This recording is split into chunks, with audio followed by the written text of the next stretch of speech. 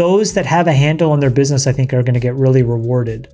And those that don't need to blame the macro market and just get all the bad news out now, because this is the quarter. It doesn't get any better from here. There are some underlying issues with the current financial workings of the world, which are often ignored and not addressed.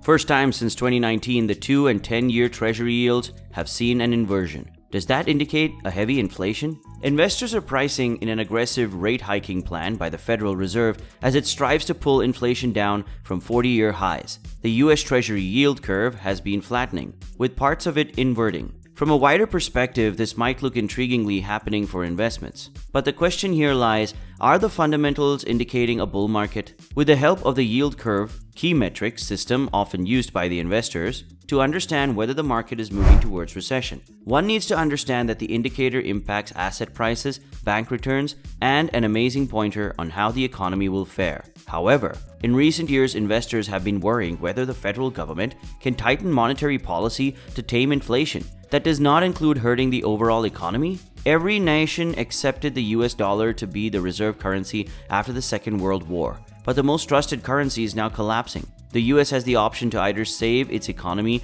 by giving up on the global status on the cost of devaluation of the dollar, or by keeping printing more dollars in order to maintain the status and lose out on the economic strength. Why is there such a massive choice? The answer is the chaotic foreign policy of the states.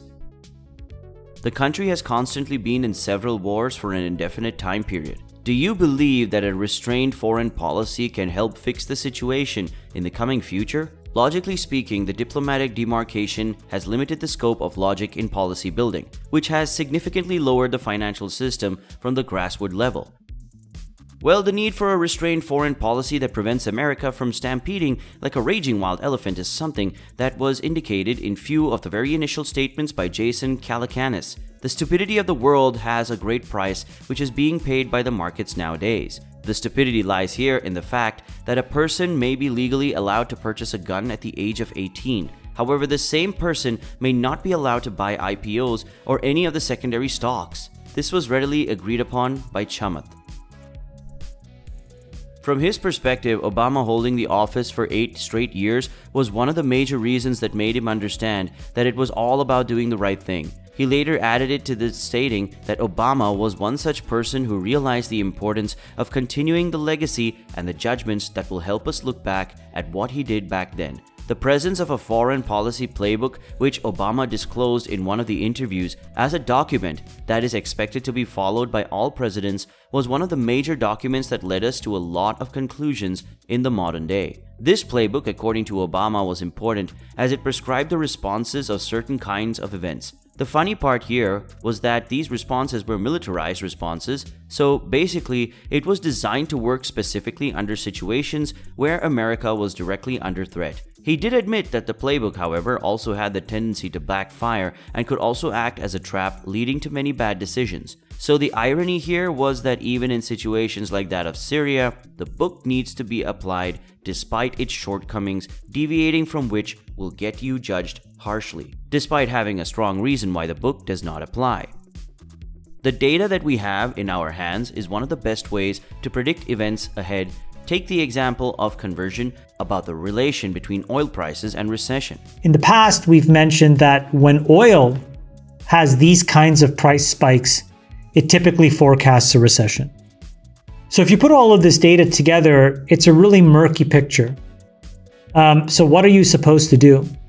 It's not totally clear to me, but I think the general way that I think the market is reacting to this is probably inappropriate, and I'll tell you why. So, why do you think he said it is inappropriate? Being honest, the manner in which the market has been reacting to the situation that the economy is in at this point is undoubtedly very weird. What Chamath has to point out is the comparison of the situation in November to what it is in April 2022. In a total of 5 months, we saw massive explosion of inflation, disruptions to supply chain, the beginning of a war causing issues in the supply of some of the essential commodities, a Federal Reserve hiking to 200 to 250 points by estimated average. However, the market throughout all these issues seems to be at almost an all-time high. The changes that are being noticed right now is something that has been calling for extreme measures. This is what makes no sense to Chamath. This lack of knowledge and this inconsistency on what could happen in the future worries Chamath. So what next? He answers with diversion. The diversion of companies and the journey through the earnings season will follow around the end of Q1. He says that any company who has a clear view on what it aims to establish in the coming days will be the only ones that will survive in the market. Any company with even a whiff of indecision or is working with a flawed structural business will get thrown off by the market.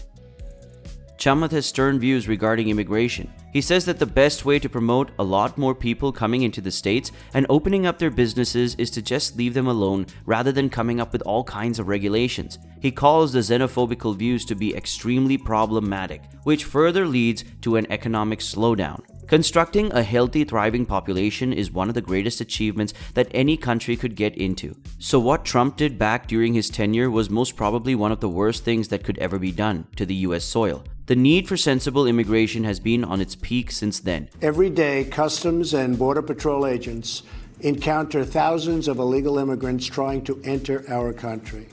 We are out of space to hold them, and we have no way to promptly return them back home to their country. So when we speak of sensible immigration, points like the need for merit over equity comes in. This means that we need people that could bring equity into the country and not merit per se. The fact that a disproportionate share of the benefits of concepts such as globalization was shared among a very small percentage of the society. So the first step here will be to get rid of the disproportional distribution and bring in a rather holistic view. That could make things more equitable. So what this means is that progress is one such concept that does bring everyone forward, but it does not bring everyone forward symmetrically. Chamath spoke about Uber to make more sense. Uber's EBITDA margin went all the way from 8% to 21% to 24% over the last 3 quarters. What Chamath says is that Uber's business looks a lot like an airline business, but how they were in their initial days. He says that they would certainly be a case to be made for owning these businesses. However, the time for it is not now or not in the foreseeable future. It is a fact that we need to somehow have a balance between progress and equity. China allows progress and later disallowed progress based on the equity meter. This means that whenever there's a certain spike in any one side, a reverse action is taken at the very moment to keep things stable. If this stability is not maintained, we will undoubtedly have to go through a spring back with bad repercussions. These changes are therefore clinical actions occurring in the society due to the actions taken by the government. We're in this phase right now where we are really questioning how capitalism should work. I think that there are 2 reactions that people can have. One is you pass more regulation that entrenches existing advantages, and the other is you pass regulation that either deregulates or democratizes a market. So that's about it for this video. We'll meet you in the next one with more from Chamath Palihapitiya and similar ideas that could really change the game for the economy. Until we meet again.